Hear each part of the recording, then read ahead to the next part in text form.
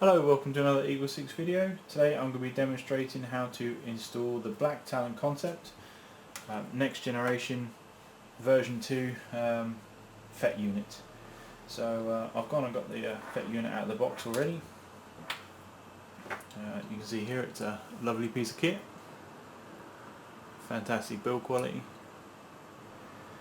So just to talk about where I'm at with regards to the gearbox that I'm going to be installing in. So I've literally just taken this gearbox out of a HK416, and it's completely standard. So everything before I started, yeah, it was completely bog standard. So what I've gone and done, I've removed the original Tokyo Marui spring. Okay, so it's ready to accept aftermarket Eagle 6 spring. So that's all done in advance. The shimming is obviously all standard, so all I've literally done is just taken the gearbox off, and then I've just made sure that all the original shimming stayed in place on all the gears. So it's all here. So you just from the point of view of you guys, you can literally just remove the top, your gearbox, which is completely standard, and then sort of if you really wanted to, you could literally just install this FET and then just leave everything else as is, and then just put it all back together again, so you're keeping your supposed TM magic, yeah, all in there. So yeah, so I thought I'd just keep it as simple as possible. So yeah, I'll go ahead and install this. Things before you start you want to check is just make sure that all the switches on the BTC FET are working, and they spring them back correctly, that none of them are broken, because these switches can get duff, in which case you can just contact Black Talon Concepts and speak to them about getting a new switch put on there. So it comes with a Dean's connector on the back, which we're going to have to get rid of, because obviously we can't wire it through the stock tube with that on there. Same goes as if you're fitting on a SCAR, you're obviously going to have to do some sort of custom wiring on that. So I'm going to chop that off.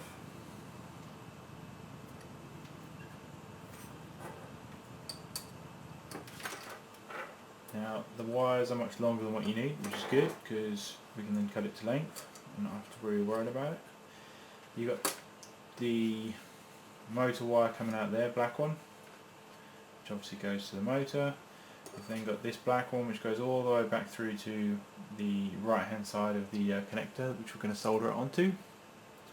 And then we've got this gate wire, so activation wire, which comes out.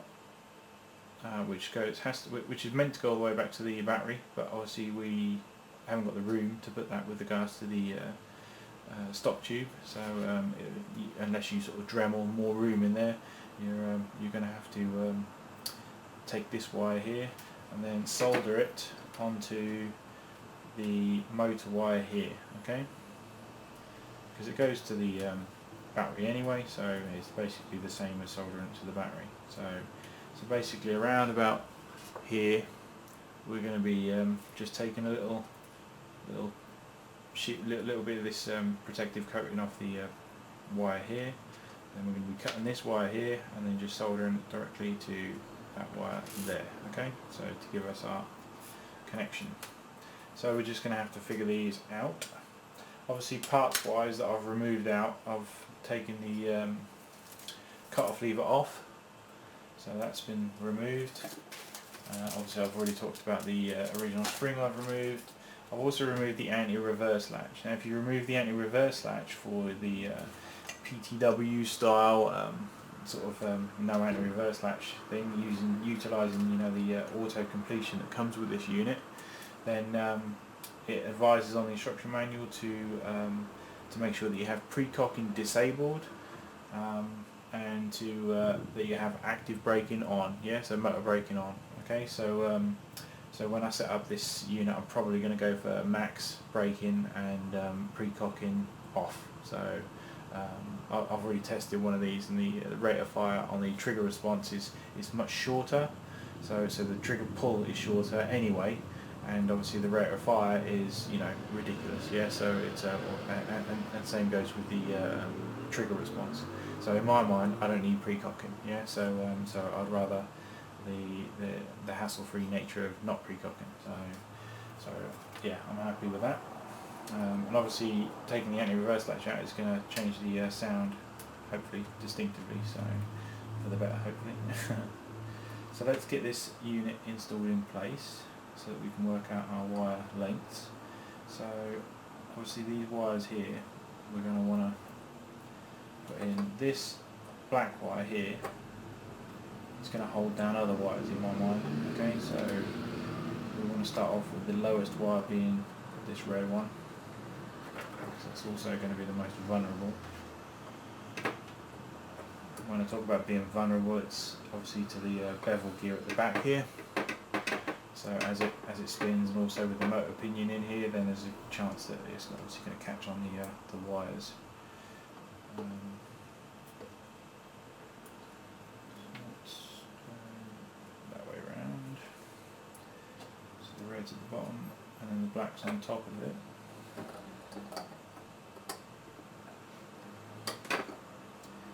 Get in the hole.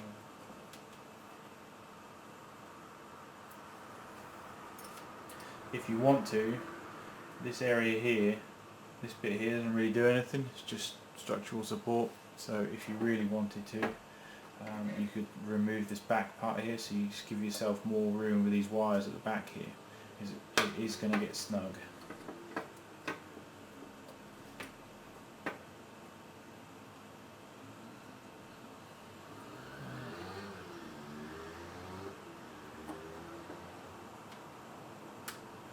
So this one next.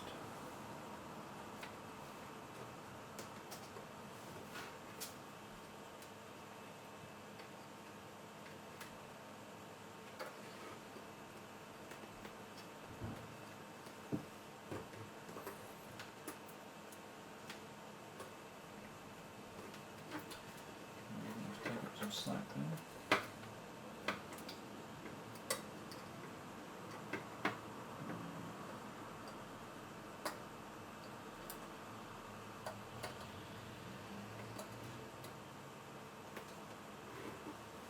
Can you see this still? A bit fiddly. Last time I took this top bit off.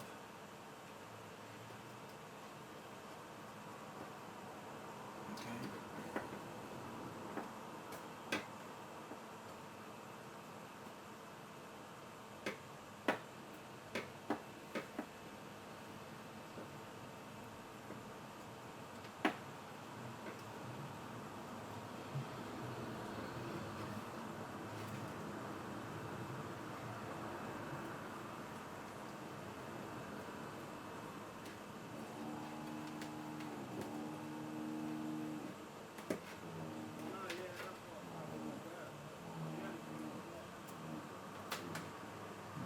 And the last one. Now it says to make sure that it's located all the way in the bottom right hand corner on the instruction manual before screwing in the screw. So we'll take our screw. This is obviously the original screw that comes with the contact switch set.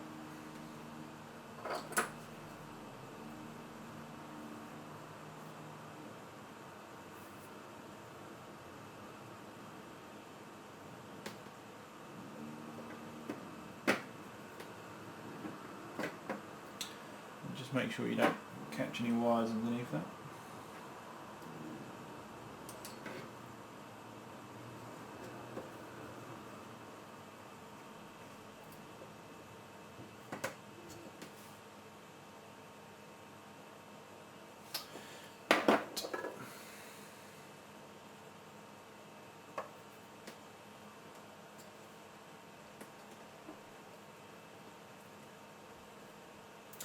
Point of locating it there is so that the this cycle detection switch over here is in the right place.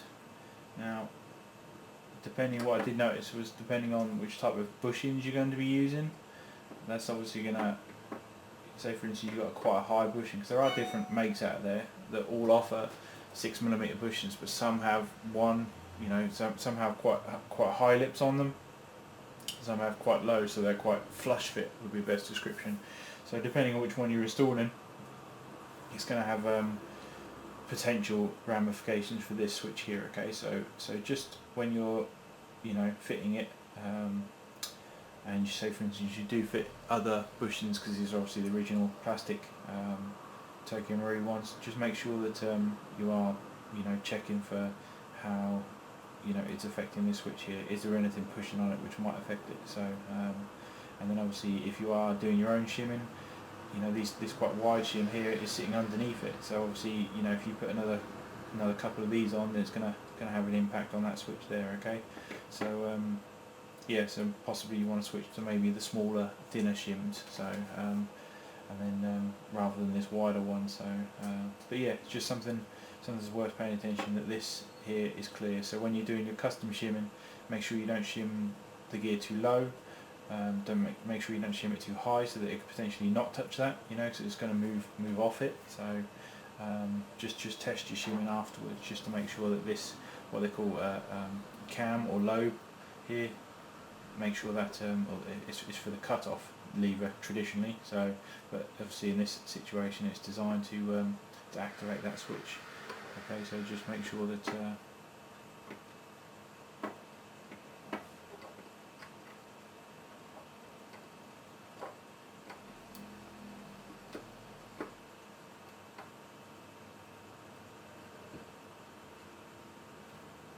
Make sure it's all free moving. Okay, so and then we'll test with the case closed in a minute, just to make sure. So it does say to make sure that there's a bit of grease on there as well in the instruction manuals, which TM grease them as standard, but obviously over time that's going to come off. So if you put in aftermarket gears in as well, you've got to make sure it's there.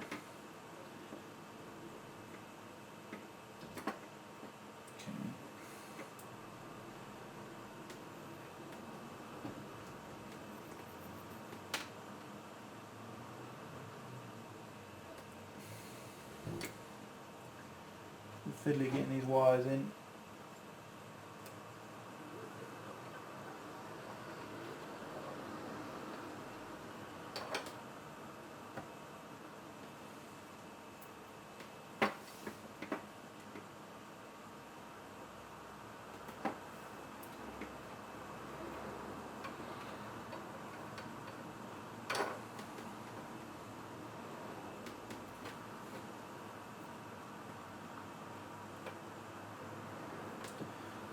When you're routing these wires at the top here, okay, make sure they're above this hole, which is in there, okay, where your gearbox trigger pin is going to go through. It's called trigger pin because actually this little notch here clicks into a place on the contact switch set. So there's like a little tiny hook which it clicks into like that, which would normally stop this coming out. So so one thing I have noticed is this is quite loose, because this Spectre FET obviously doesn't have that catch. So so if you want to locate this in place when you're reassembling the gun, so that it's perfect. Then tighten the grip and tighten the stock tube up, and then just double check that this is still in place. And then in theory that pressure should hold this in place. If not, then maybe you'll have to go to the Laylax one, which is obviously has screw ends on it, so so that way it's screwed in place, yeah, rather than, you know, to basically push in fit. So that's one thing I did notice. And obviously if these wires are in the way when you're hammering that through, I mean you wouldn't have to because it's quite loose, but yeah, obviously you don't want to be pushing that through and then catching potentially short circuit in one of these wires. Okay, so just use your screwdriver just to push these up out the way. Okay, and then obviously when we fit the trigger, we're going to want to make sure that that there's enough clearance underneath the trigger for it to move and not rub on those wires. So when you fit in the trigger, remember obviously with a next gen trigger it's got this little catch on here, so they've added to it so that you can just ease the little spring over like that, and then that way the spring holds in place where you're trying to fit it, so stop it pinging everywhere. So godsend. Let's try and ease him in. Obviously be wary of the trigger that it pushes on, button, and then the actual spring you can just push in underneath this little gap here.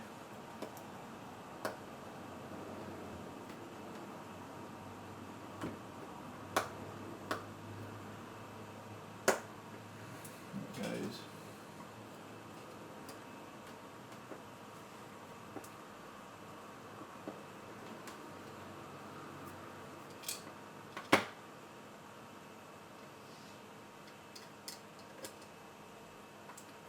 And there's plenty of room there, so it's not obstructing that at all. Righty, so we still need to check that the shimming all works, and we still need to do this wire. Okay, so what you want to do is like maybe make a mark with a pen or something, so maybe at the back here. So just you're going to want the join to be, the most amount of area is around about here. So for the for anything, so whether it be a really tiny FEP or whether it be this wire here. Okay, so we've got this one going back that way, that one going back that way, and then we need to bring in our red wire. And typically the red wire is a tiny bit shorter than the blacks, so we're going to come up with a bend. I mean, there shouldn't be any harm in having any excess in that stock, but yeah, typically it's just a little shorter.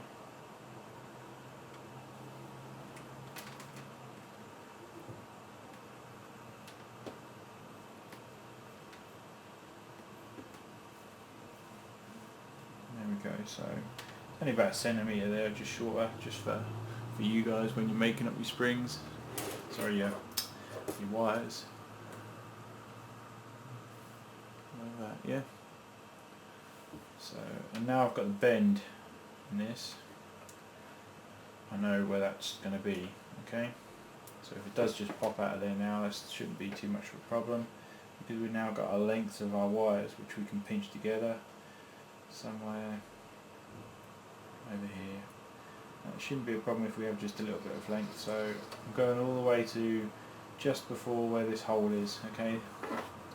And I'm just going to snip that.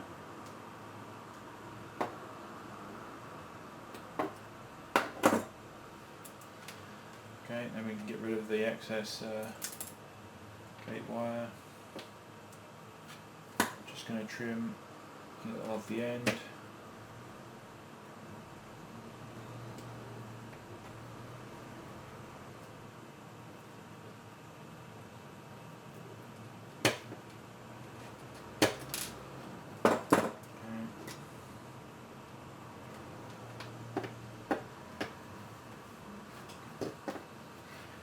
So we know where our joint is because we've made it, our bend is, sorry. So now we know where our marks are on our gearbox, where we roughly want that cut. Doesn't matter if we have a tiny little bit of excess on this trigger wire there.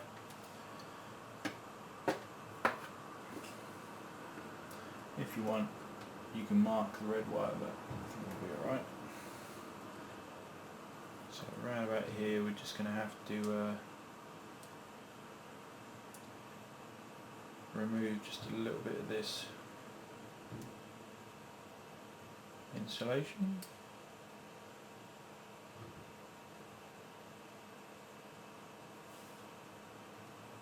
Let's try a pair of scissors, might be better.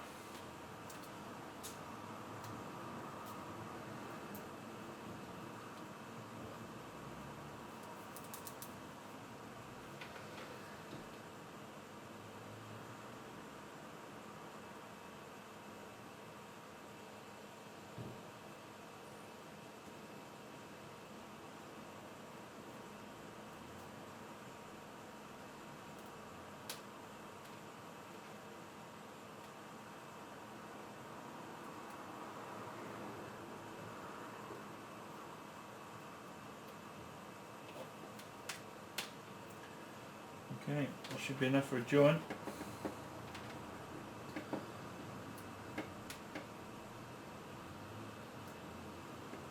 So we can just lie this down there now, because this wire is going to join with that wire.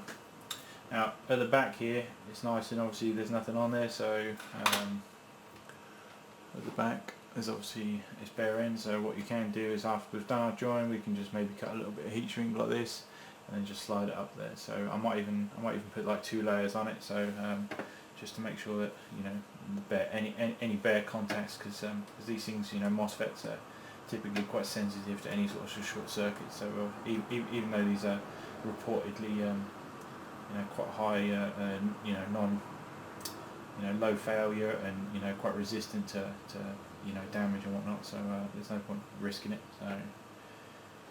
So we're just going to put a bit of so we'll just solder this tip here, just so it's got a bit of excess on it, and then we'll put a bit on this one.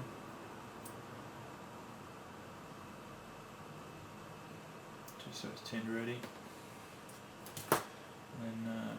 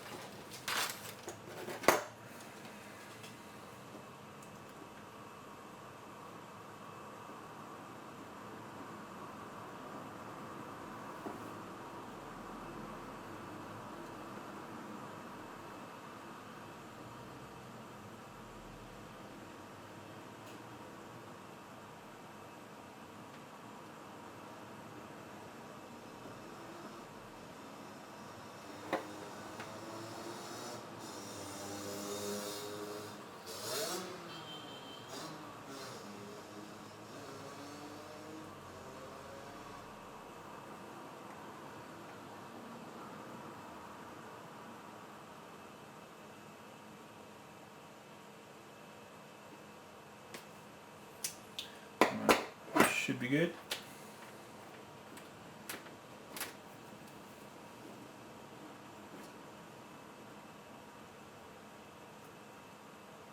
That's a bit rubbish. Let's try again.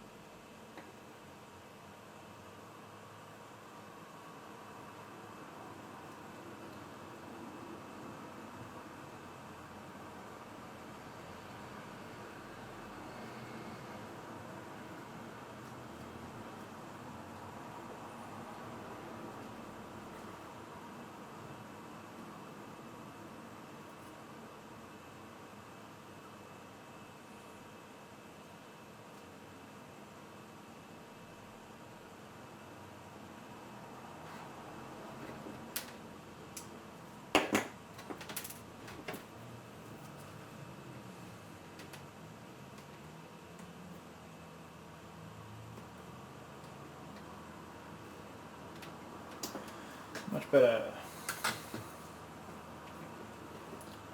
Right, so now we've got that on there and it's nice there. So remember in this area here, you can now put some insulation on it.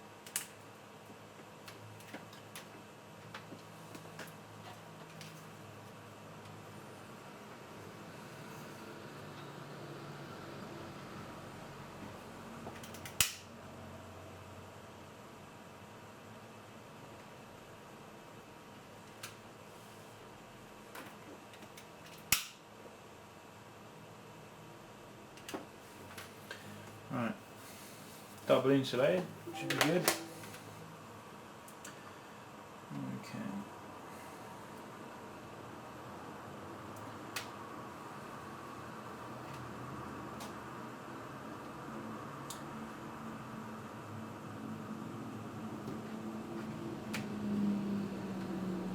If you find there's too much on there or there's any sort of obstruction, you can always take it off afterwards, but that should be good in that position, so there should be plenty of room there.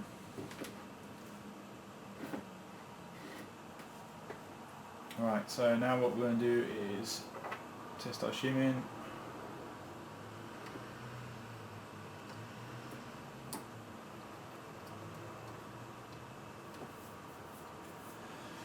Okay.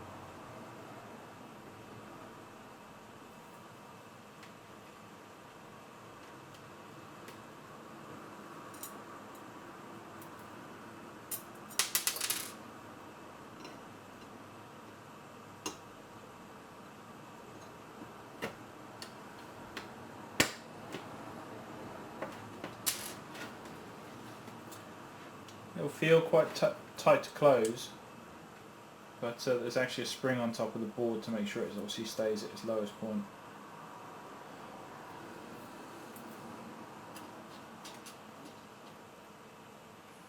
And remember, when you're testing your shimming, you always close the two halves of the gearbox up with screws. Don't over tighten them, just as if you were going to put the box back in the gun.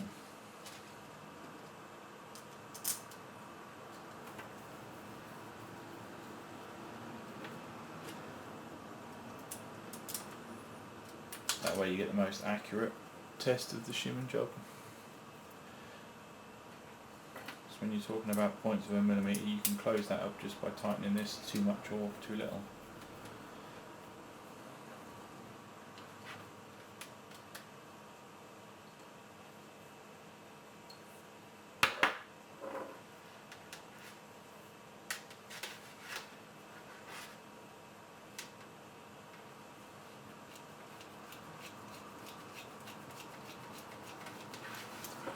There you go, so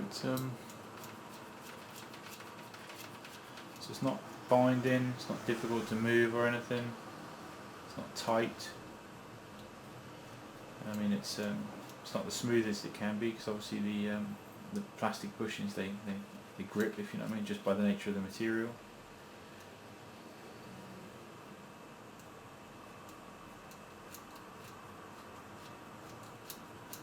You can even see it spinning a plastic bushing there. It's fantastic. Not too much you can do though. Inevitably 50,000 rounds and they tend to give up the ghost, but you could say that about any consumable airsoft part. It's not bad. Cool, so that's working. Doesn't seem to be too much up and down movement if I try and move it backwards and forwards with my finger.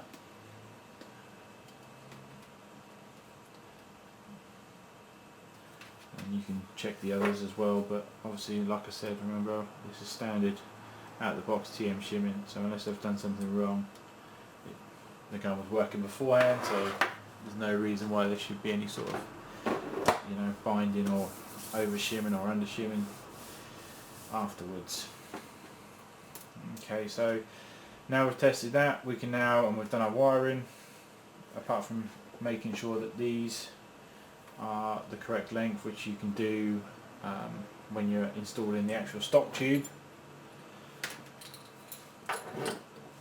You can then just offer those up to where you need them, make sure they're in the right place, then do your final, make sure it's on camera, you can offer them up so that once all the guns are all ready to go back together, then do your final cuts, okay, so to your final lengths, and then make your last trims, okay, once it's all, you know, all the stock tubes on and it's all wired in neatly and all back together, okay, so and then you can make your final cuts, okay, so that's the last bit that needs to be done on that part of the install.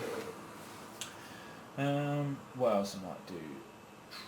I might just reassemble it. We haven't been too long yet, have we? So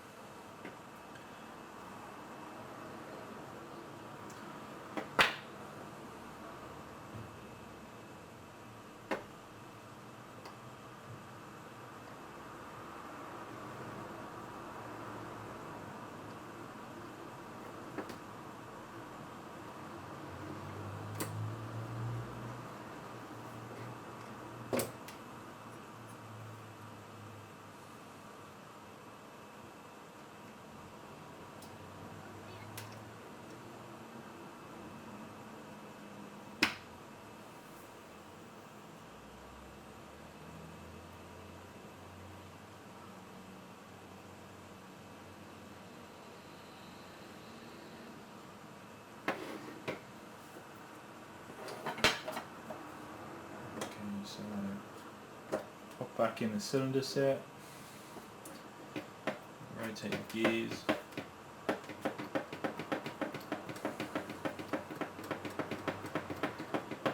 it's sitting about there. It's mostly just so the tapper plate goes back in, there's no timing or anything involved, so that sits nice. Make sure the piston's on the runners. Make sure I don't forget anything. Tapper plate spring we'll do in a minute.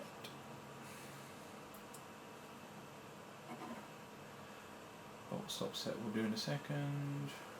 Put the metal piece in, trigger, and reverse latch for leaving out. Seems good. Make sure these wires are pushed down. And one thing I did notice, okay, we might as well do it now, is that these wires here, as they are, they're sitting quite proud, okay? So take something, you know, like an Allen key or something like that, and squish these down, and then bend them like that.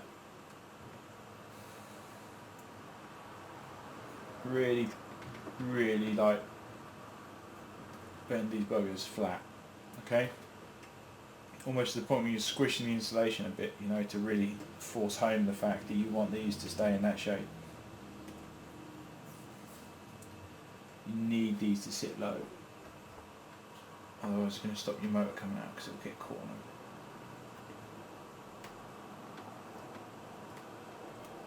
Get really low, and then hopefully they hold that shape forever.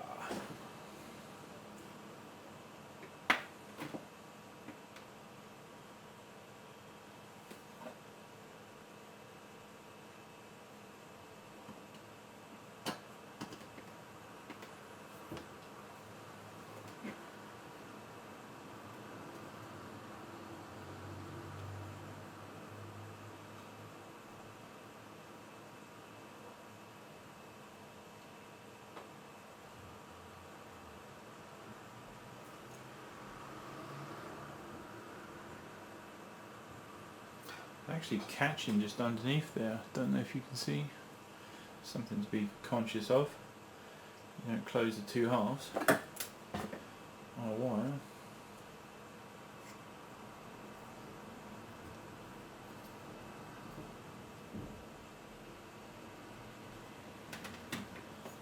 I'm paranoid.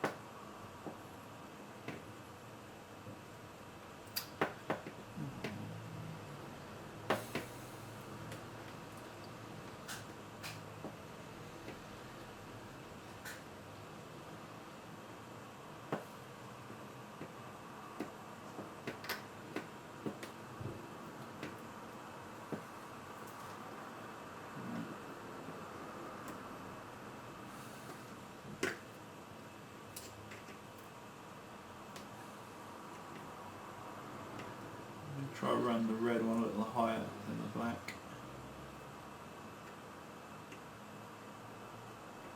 Still want them to be smushed down.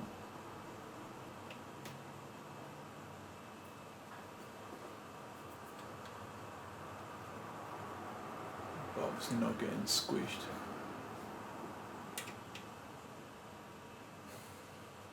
Hopefully I've got this all zoomed in enough for you. It's high def, so get bigger screens.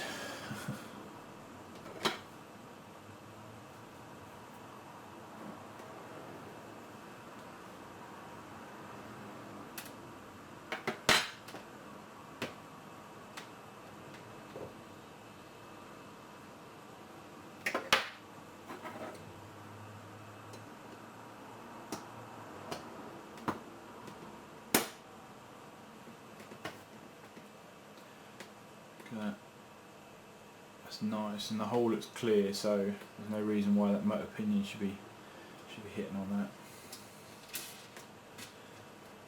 Okay.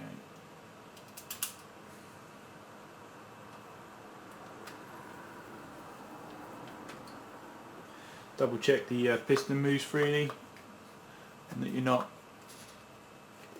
clamping the shell down on it.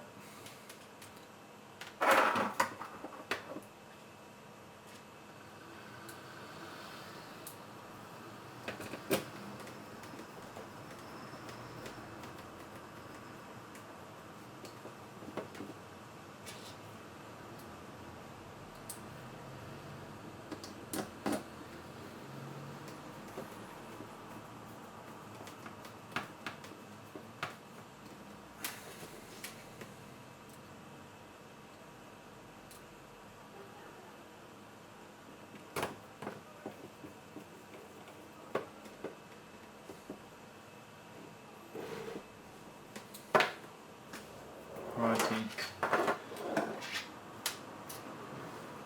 Don't forget your tappet plate spring.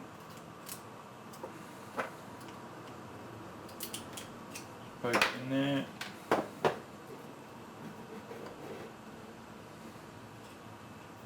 Right, now the bolt stop set, obviously the way it operates is it's going to get pulled up into there, and as this pushes this way, it operates this extra switch that the next gen version's got on the side. So when you're putting it in there, just be careful it doesn't push down on the switch or anything like that. So we don't want to cause any potential damage to that.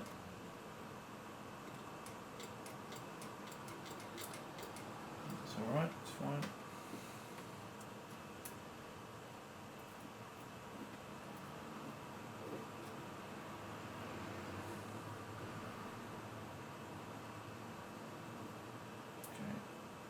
Spring goes there.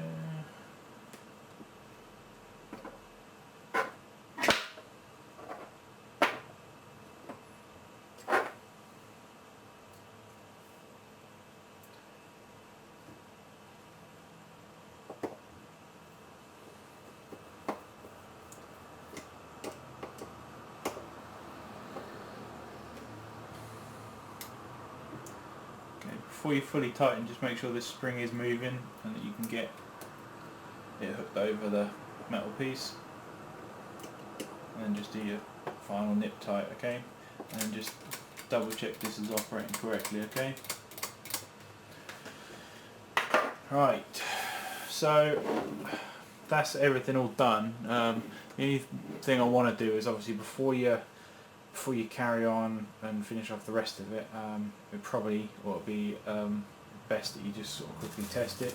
So grab your TM motor, okay, attach it up in the correct fashion. Oh yeah, these ends, these little crinkly sides, bend them towards the crinkly side when you're turning them into little L shapes.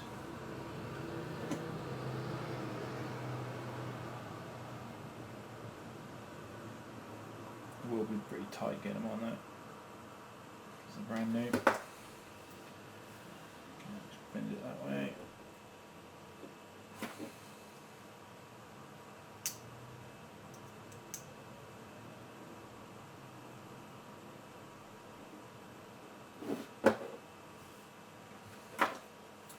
Just gonna strip off tiny bits.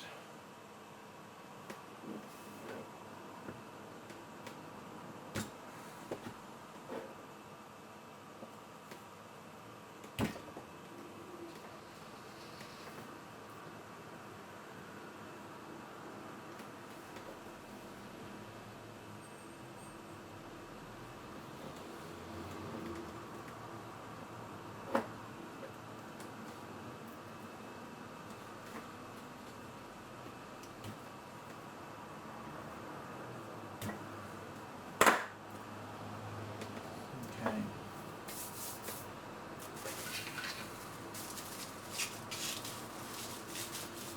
going to show you the only good reason for having a Tamiya connector line around.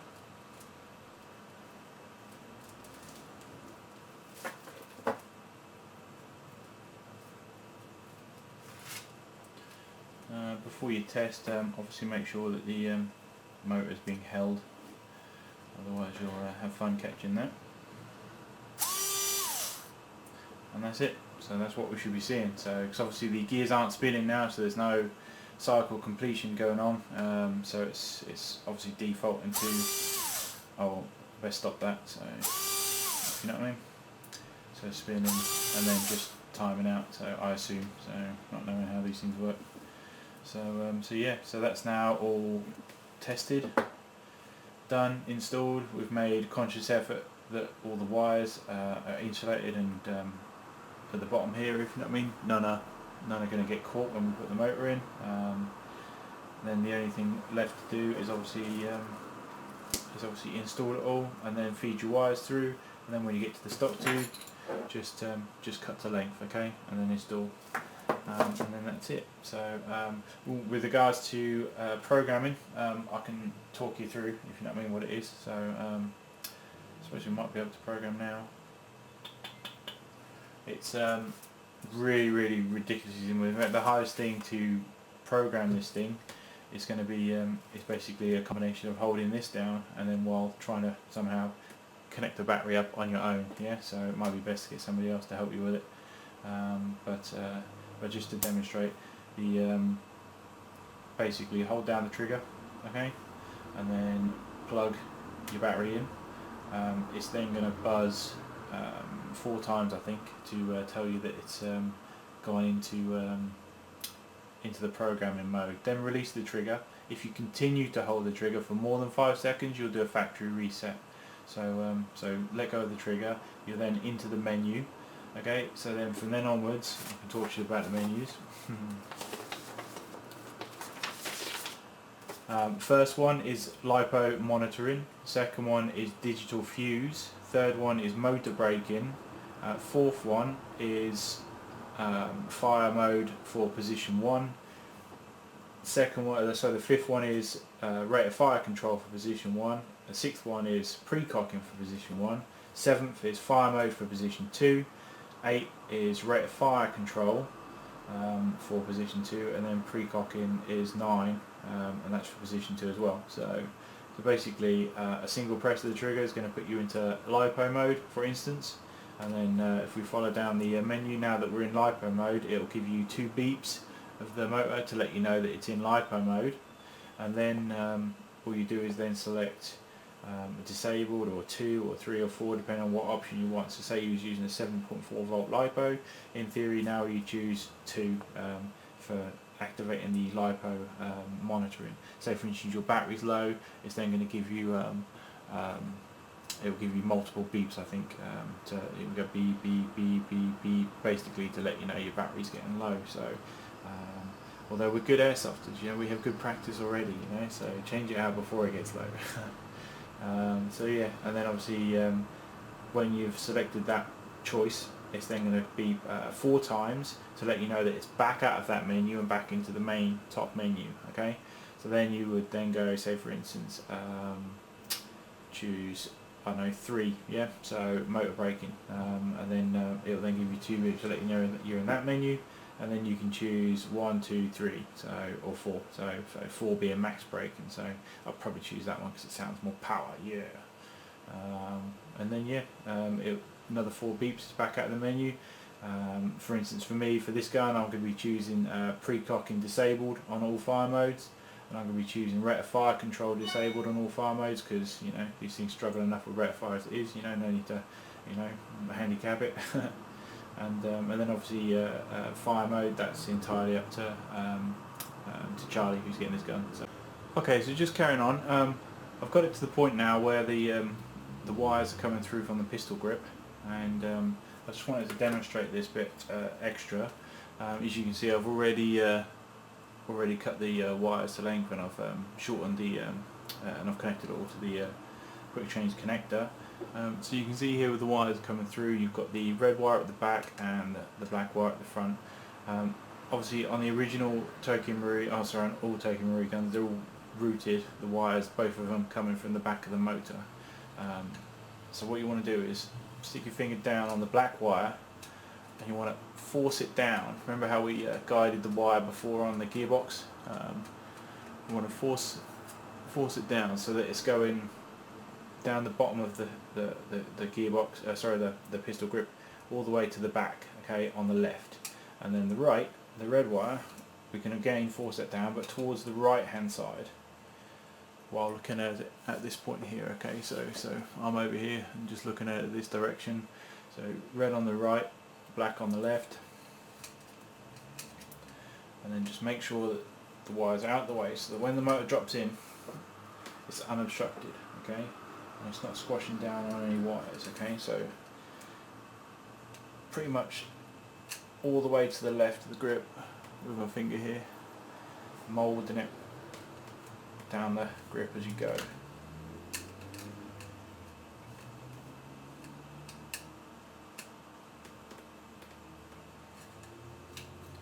All the way up the back. Okay, and then just poke your head in there just to make sure that that hole is clear. Okay, you do not want this coming down and squishing on that. Okay, then we can feed the motor in with the red facing the back of the pistol grip.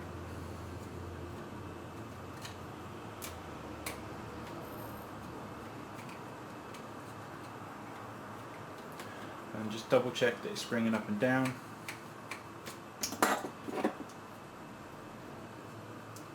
Double check that it goes in and out alright. Okay, so it's not fouling on anything. Springs up and down, so that way the motor adjustment is going to work correctly, nice and loose, not catching on anything. Then we can take the red wire, just fold him over. That's the problem with the a little bit too much excess. It might be better to have a more than a centimetre difference between the black and the red.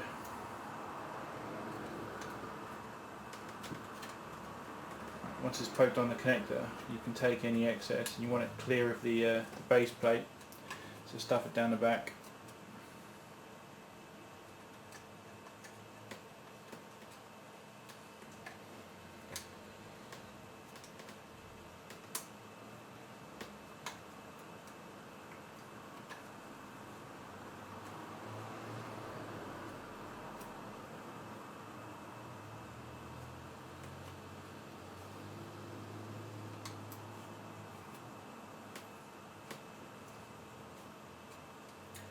black wire can come across the top and then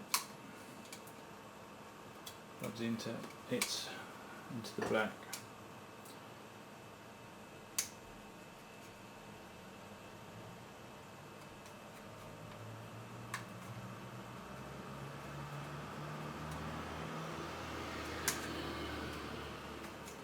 Okay, make sure they're on proper, otherwise they'll come off mid-game.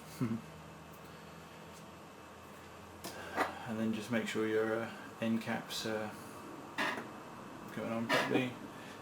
If you want to make things easy, just put a bit of grease on there. Sorry, yeah, grease.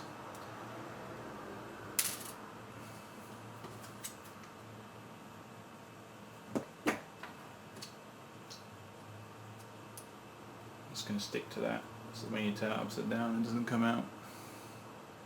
And you can just make sure you get in between those wires, so otherwise it's going to be pushing it down too hard.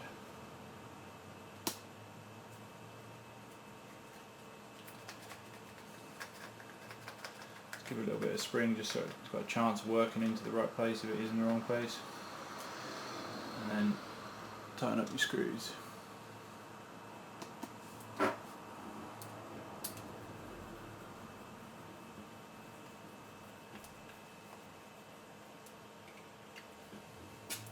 Not too tight, nip tight, no Loctite or any of that crap, it'll just eat away the plastic.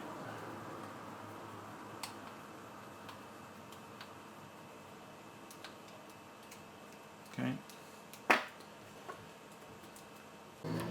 Okay, so just continuing, I just thought actually I'd tack on the finished article. So I've connected up two 7.4 volt LiPos here. Yeah, via a direct wire mod. Just gonna have to hold that in with my finger because it shakes itself out. So I've just gonna select semi. What I've done, I've programmed this with no pre-cocking, motor braking on max, and no rate of fire control as well. LiPo monitoring is on 7.4 volt, and digital fuse is set to about 40 amps.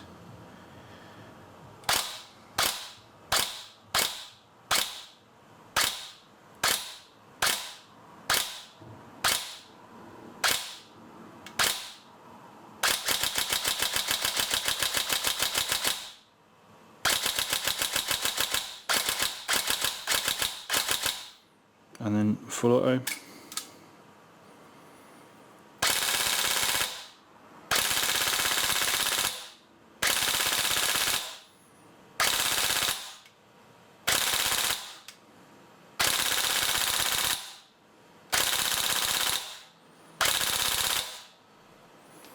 There you go.